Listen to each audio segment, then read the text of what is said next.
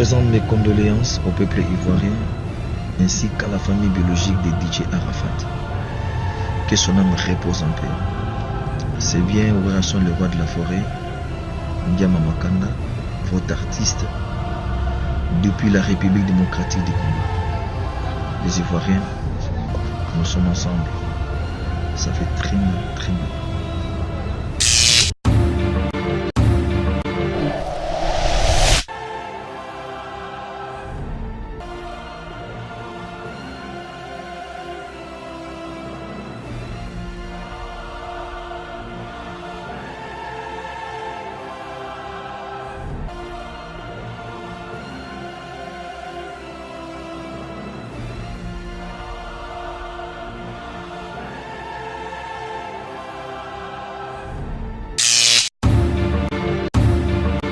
Qu'est-ce qui a fait que ces Ferrego-là a kende ensemble ou bien a kende pour assister avec DJ Arafat? Je me rappelle Ferrego-là a eu à faire un featuring avec DJ Arafat.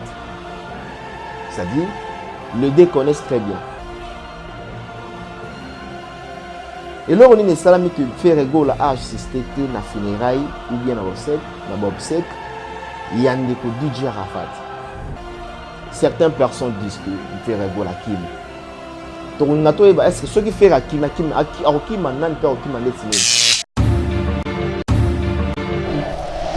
voilà. Où Isaac pense le public. Ferrego la Kim, il fallait pour pas Nakofi, yo oyebi makambozo le. Donc voilà, voilà que pense le public. Ferrego la soigner relation à bandeko yo ba musicien. Que pense le public? Ferrego la pardon changer qu'à entourage. Yango bokomisi matanga lié ya retrouvailles ou comment? Ata Ferrego la ake matanga te et pour changer nini? Est-ce que Arafat DJ ou Ange Didier Akolamuka? Bonne question. Akolamuka botika le padre kimia papa wemba kufa awa wa Kofi ayaki te ayende ya Arafat. Le temps maintenant il y a pour une bonne relation, bon réconcilier.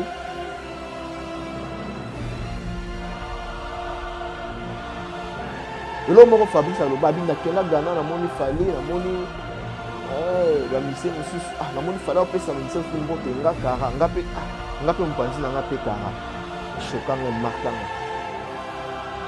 Lakini napesi whisky mbote ndeko na Congolais napesi mbote te. Tomi tu na sikoyo boy soki avion wana ezalaki na JB piana na kati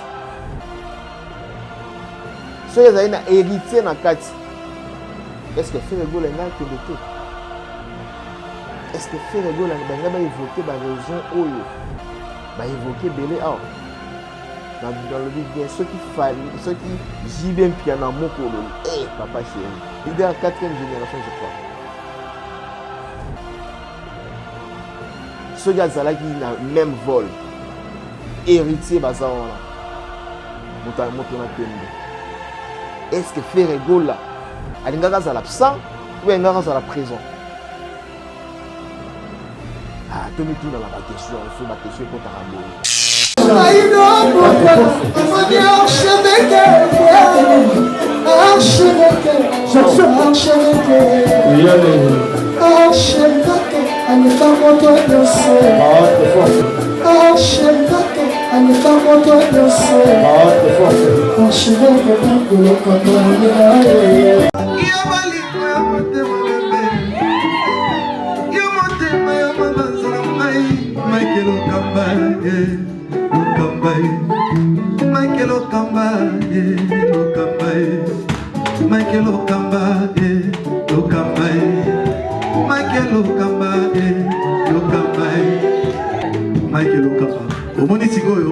L'artiste, c'est l'improvisation.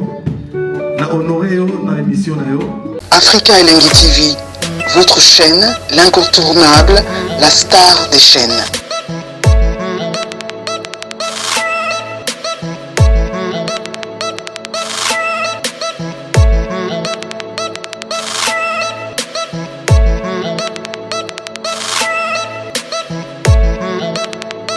Africa Elengi TV, la magie de l'info.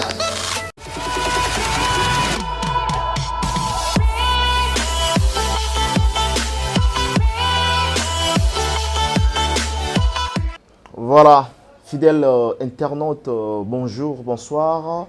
Ça dépend l'heure à laquelle vous nous captez, vous nous suivez en ce net moment, un peu partout, n'est-ce pas, à travers le monde, à travers le pays. Aimables fidèles internautes, je vous demanderai tout simplement de rester hyper connectés sur nos antennes 3 www.africaelengi.tv. Comme vous le savez, cette émission a été toujours conçue par vous.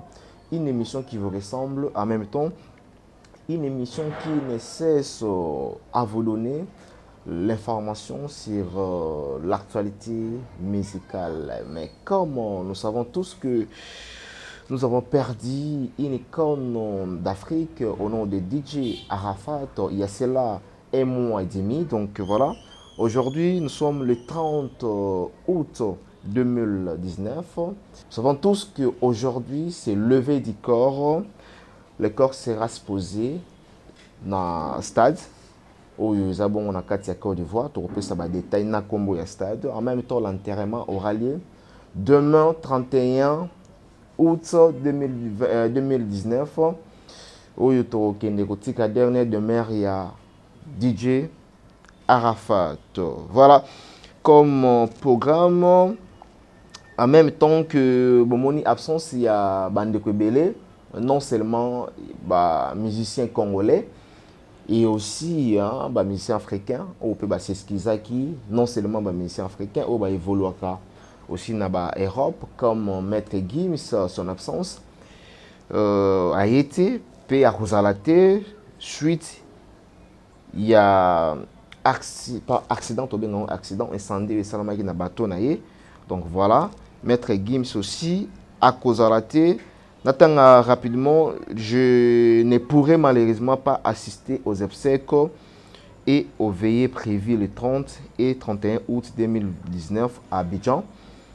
Suite à la perte de mes effets personnels et papiers d'identité dans l'incendie du bateau en Corse dont j'étais victime. Donc, Maître Guimiso à Rosalate, il sera absent dans funérailles ou les obsèques de notre frère DJ Arafat. Tout le monde quand même délégation, une forte délégation des musiciens congolais, notamment Fali Poupa, tout le monde Yorobo, tout le monde honorable Zakari Bababasui, tout le monde aussi, pour ne pas dire seulement le Congo de Kinshasa, Congo Brazzaville, en même temps, en l'occurrence des Roga Roga, et musiciens nigériens, donc voilà, beaucoup d'artistes sont présentés là, mais et là on est salami bandegom susuba à l'absent, bandegom susuba kende, bisoto lobaka kake, soki kinga na yete ou bien Weranson a se présenté et le but est que Weranson a kimi. Peut-être ton emploi du temps est simbité et pécité, peut-être à un rendez-vous, peut-être à un contrat. Donc voilà. Et le but est que non, DJ Arafat, tout le monde s'est présenté. Non. Ils ont le rôle à Bissop et Mike Lokamba. Tout le monde a été mais tout est pété. Bissop à côté, après c'est tout pété. L'air peut Bissop tout fait la awa, tout fait la Papa Wemba. Que son âme repose en paix. Tout le monde a dit Arafat, awate.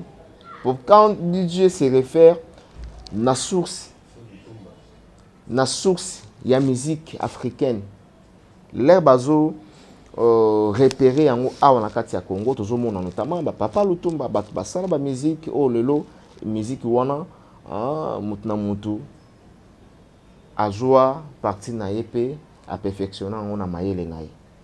Tout le monde a payé absence, il y a DJ Arafat. Donc c'était un peu ça. Dans loba que Bishop to kufela ki awa ebele, tout le monde qui est absent c'est ba mission africain. Mais tout le monde qui est présent c'est ba mission africain. Donc voilà. Rapidement aujourd'hui Nabato babengaki l'absence remarquable Il y a un tour faire aux la star, sur la star te bakotanga te. L'absence remarquable.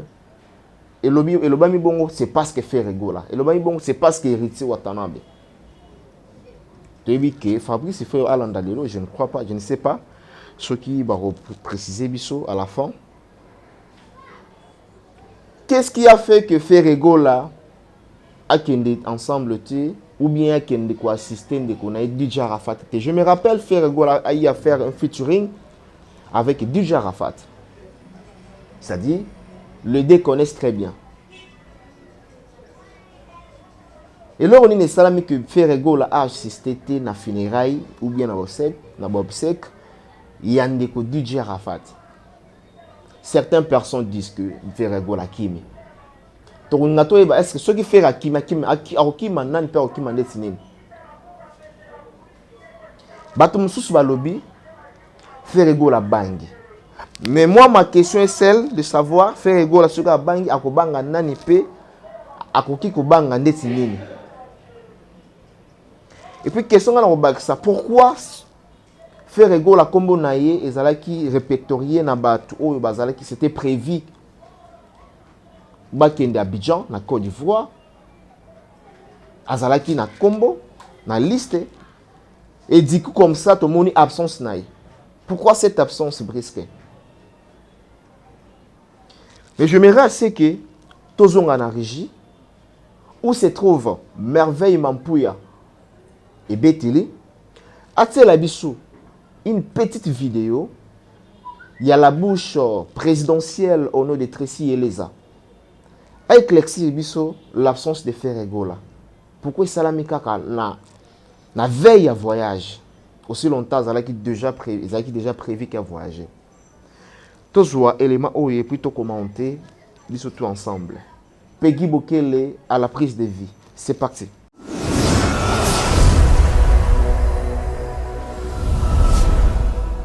Dio d'enfer et salami to moni koto fali to moni koto Kofi Olomide to moni honorable Zakari Bababa so azali ya a la médiation pas de problème faire à Bangi parce que moto rigo solo na kati avion zate ou comment yebisa biso la presse présidentielle to yambio awa faire ego la kiminane na kati avion a kiminane na kati ya Côte d'Ivoire donc complot bosolaki ezani na avion bongo. Donc, tout un avion, il y a polémique, pour ça, ma vidéo, il y a bon. Pas complot. Honorable Zakari, est-ce que pas si fait la salle de marche wana, ba okende mboka wana na mbongo ya musicien. Non. Na mbongo approche mutu te. Na mbongo approche mutu te. Honorable Zakari salle de marche na yeba zuna visa ofele. Avion bazui et bimi na mbongo ya gouvernement. Non, c'est faux. Je te dis vrai. C'est faux. Yo loba oyo lobi donc faire raquette parce que dans la mbongo ya poche ou comment? Non. Donc voilà. Déjà Ferregola pour ton information, on a invité na gouvernement Côte d'Ivoire. Oui. Batindela qui est déjà billet, azana ba billet, ba biloko tout wana avant et comme la biso mais tu yo ko sala analyse na contrat moko to signer pour na conseil privé moko. Eza pekara Jouba pour matanga samedi. En tout cas, artiste, il fallait honorer contrat wana. Et en même temps, souci à Arafat, Ferregola Epsinga lobby a supporter comme on a Arafat T na cercueil. Par rapport, il y a relation bazaki na on a Arafat façon bazalaki Ferregola Epsinga lobby à quoi ça même cri sur mon Arafat na cercueil a supporter yango vraiment té. Voire même un visa. On a billet pour un contrat on a contrat faut honorer et puis à supporter comme on a Arafat non c'est pas une raison à supporter faire la famille voilà merci à Gauthier Mascotte qui nous suit en ce net moment depuis Londres et à Gauthier je te salue là où tu es et pourquoi pas dépenser comme ça à PM Papi Boza Monzali Foundation et je n'oublie pas comme ça na il y a Boboti Bois, un Moulouba Vantar, même bon Ezali. Merci, on est tous ensemble. Je dis merci à Mersiko, la première dame de Lausanne, la maman d'Eric Anzi, le Wawa, un enfant pas comme les autres. Peselangambote n'avait gobé Lisha, Balobi, Koli O Batindela Kinga et Komaki, encore une fois. Merci à notre maman qui est Merci, la première dame de Lausanne. Mesdames et messieurs, vous avez quand même suivi cet élément. Si la raison oyo et ça que fait rigoler à Azalate. Parce que au côté des réseaux sociaux, toujours le nom de Fer Rigola. Fer Hakimi. Fer Hakimi Fali, Fer Hakimi Kofi. Avant de le banano, j'aimerais que na tanga rapidement moi commentaire. Yabatou. Que pense le public? Toye banano, bazo penser ni en absence ya Fer Rigola. Bazo penser ni na présence ya Fali Poupa. Toya, to lo ba makamutu wana. To lo bité que obligatoirement à Fer Rigola Fali za. Bato alobi bobongo la motema ba musicien congolais, il faut bolingana. Wana mambo ya nini msusu. Fer Rigola Hakimi Nuance ba sakana ratu sopendeni.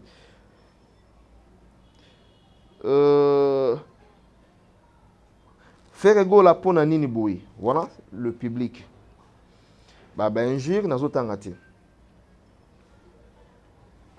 Voilà, Congolais, souci. Est-ce que c'est important que Fer Rigola azalaka kawana? Papa Wemba akufa. Au mona bastar nini libanda baya. Je suis trop dessus. Voilà, c'est une bonne question. C'est une bonne question. Est-ce que c'est important car Fer Rigola en Abidjan, en Côte d'Ivoire? Papa Wemba aussi, Tolela Papa Wemba. Tout le monde a combien de stars africaines déjà baya? À part Bandero Nabiso, Magie System, hein, Peggy. Voilà.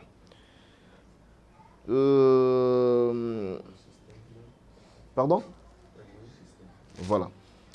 Ce groupe de Fer Rigola, voilà. Voilà parce que le ministère de la Culture, il y a Côte d'Ivoire, il y a un visa, après si on a billet, donc ces jours nous surtout il y a un gouvernement ivoirien, il y a un gouvernement nabisouaté, donc voilà.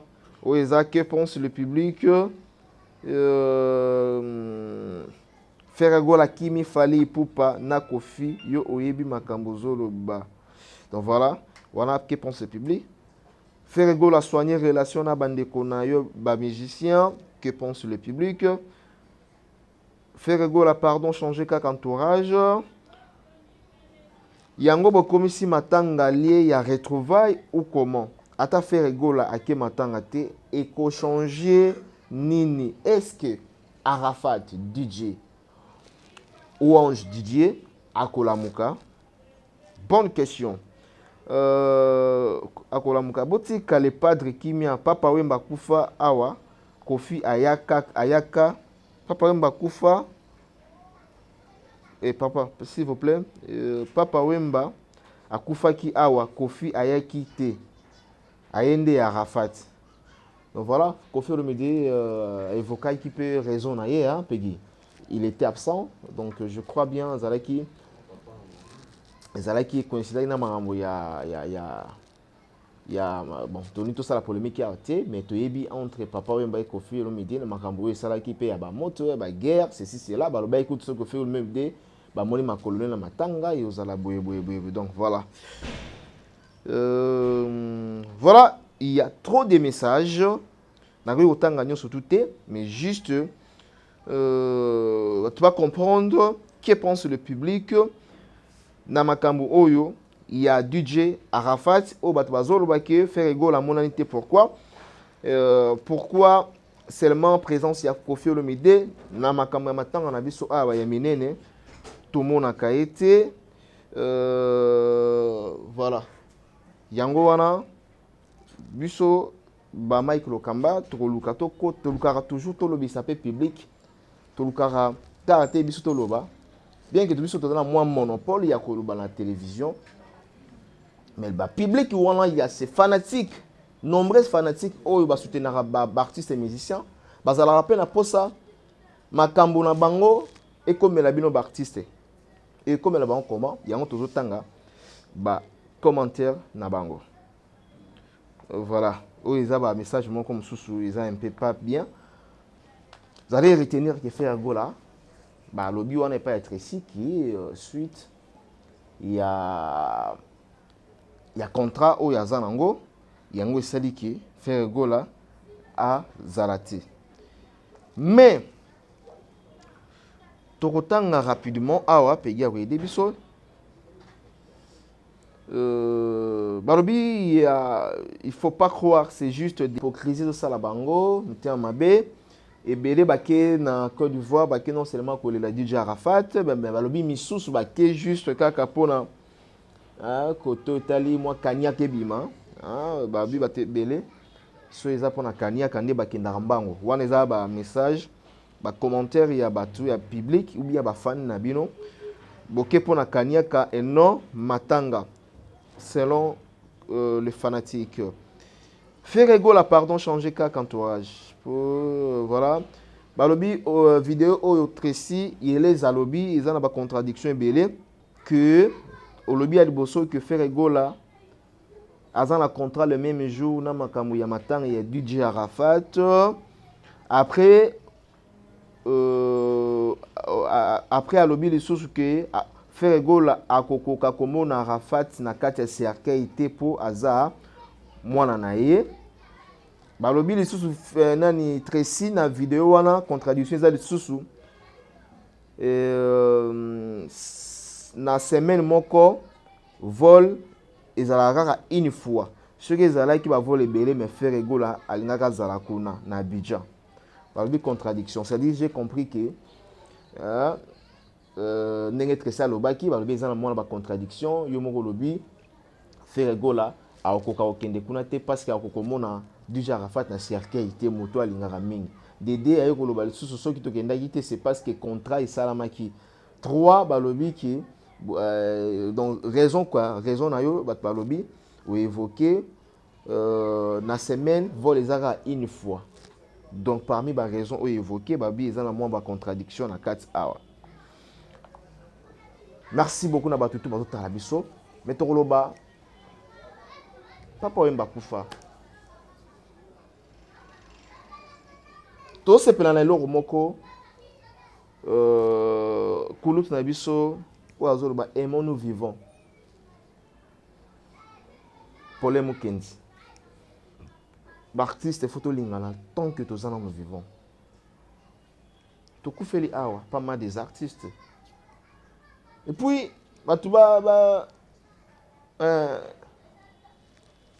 bamonanga mabe tini nazoloba na baartiste comédien tosala remarque wana biso ba chroniqueur non seulement biso ba chroniqueur batu nyonso to ba musicien congolais bayaka te mais ba musicien congolais ba artiste comédien bayaka te ezalaka nini parce que les musiciens sont supérieurs il y a ba comédien ou comment na matanga mama Iwaso aza mutu te asali ebele na mboka na biso côté tali ya art ser na biso atokufa awa ser Mindondo tomonaki présence ya leader nini congolais tomonaki na biso te tomonaki na biso leader moko te ser na biso Mindondo tomonaki assistance ya leader congolais te une star ata DT ata star moko tomonaki te mais tout ça les remarques na matanga ya ba musicien au mona ba figurante ba figurante au mona sai na matanga ya musicien au mona esobe na matanga musicien au mona vidéo na matanga musicien est-ce que absence à faire rigoler ça okima question mark faire akimi nini selon bino. Est-ce que balinga babunda en avion? Si il fait affaire en avion, c'était le même vol. Si il fait affaire en avion, il y a affaire de côté nini. Il y a un gros pays zotinda biso to ebisaka bino ki il est temps maintenant ya ko zala na bonne relation, bon réconcilier.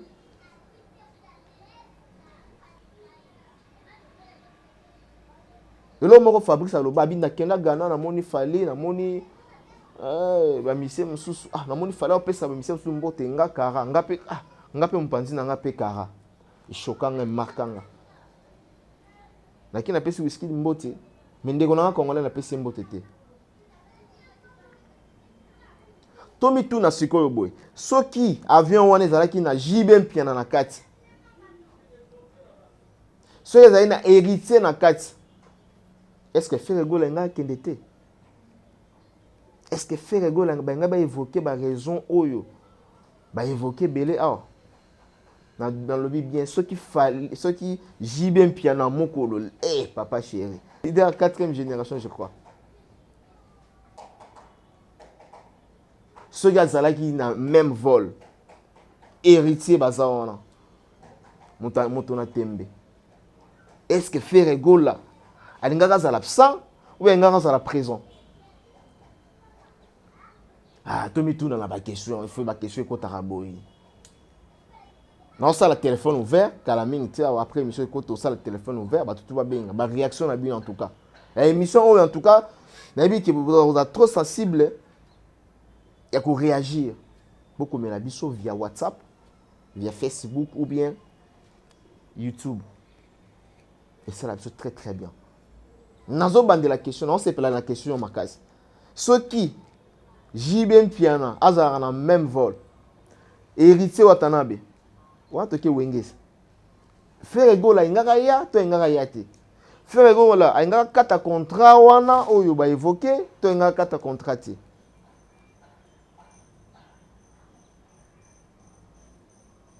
donc voilà bon qu'il a biso réponse. Et puis pourquoi seulement à Frère Egola? Il y a beaucoup des artistes au Batikali.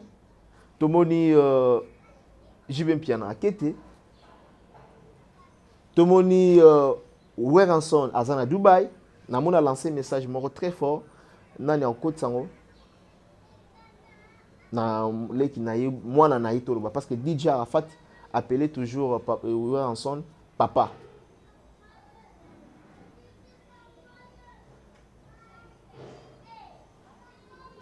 Donc, JB Akete, Toki Makele l'été. Héritier Akete, Toki Makele l'été. Fabrice Akete, Toki Makele l'été. Wazekwa Akete, Toki Makele l'été. Robin Mondibo Akete, Toki Makele l'été. Makele l'été en a fait à Gola pour l'année.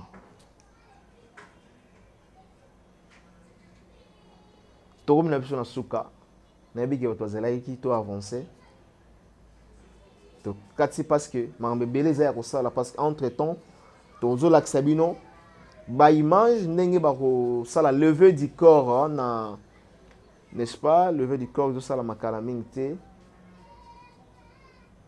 na hôpital oyo ndeko DJ ou bien nzoto ya DJ Arafat izalaki bazo memango na stade to laksabino funérailles mobimba ndenge ko déroulé et puis demain pour l'accès enterrement on a une équipe très costaud ils ont travaillé au four à moulin du côté de la Côte d'Ivoire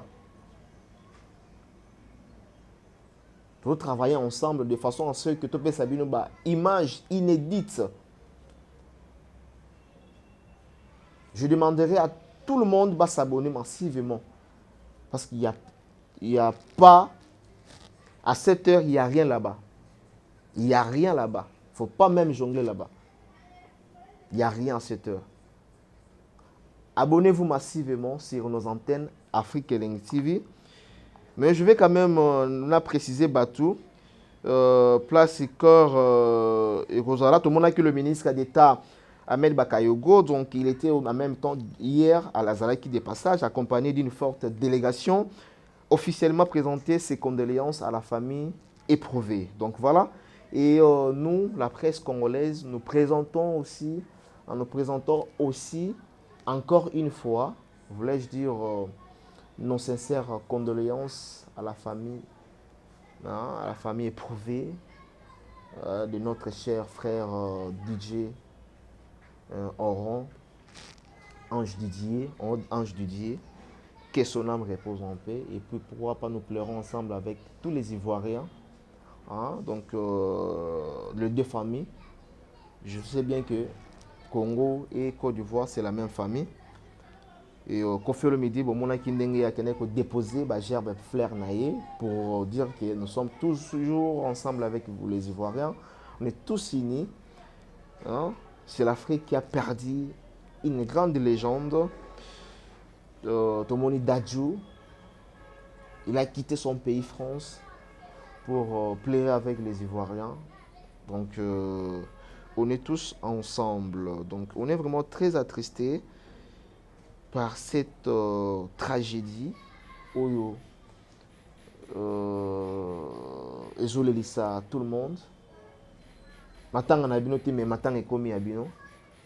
Ya ontolobaka bosala kaka bien atokufi to tato la bola mona. DJ Arafat, il était un peu de batwazo loba. Mais il était un homme bien, un homme très doux, un homme très doux, très calme, très poli. Il avait des problèmes avec les gens, mais il a eu à arranger, à soigner. Il a demandé combien de pardons avec les gens par lesquels Oyo Bazala a un problème. Il y a encore le temps, dans les musiciens congolais, il y a aussi un pardon. Vanité de vanité, tout est vanité. Oh, moi je suis icône, moi je suis légende. Mais beaucoup font la légende nayo. Beaucoup font la icône nayo. Moi je suis Ferregola, moi je suis Jésus de Nuance, Nika Borodina. Tu mourras avec ça. Fali Poupa, moi je suis le king. Tu mourras avec le king.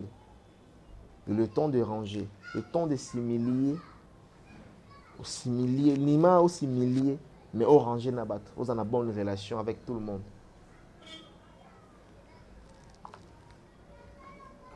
Donc voilà, je pense que nous sommes arrivés à la fin de cet entretien. Et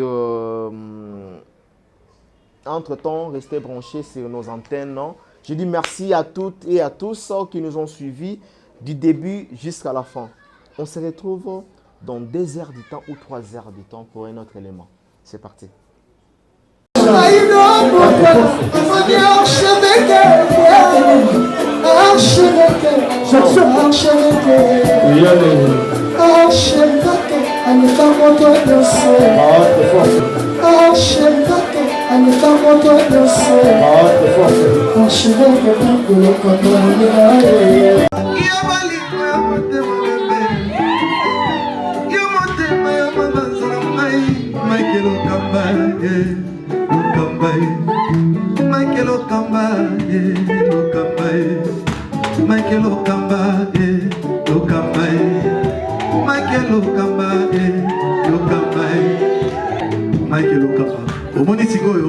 L'artiste, c'est l'improvisation.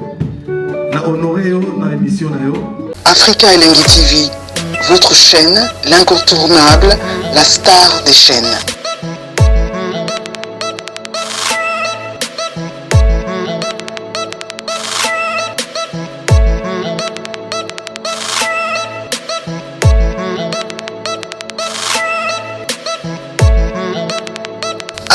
Africa Elengi TV, la magie de l'info.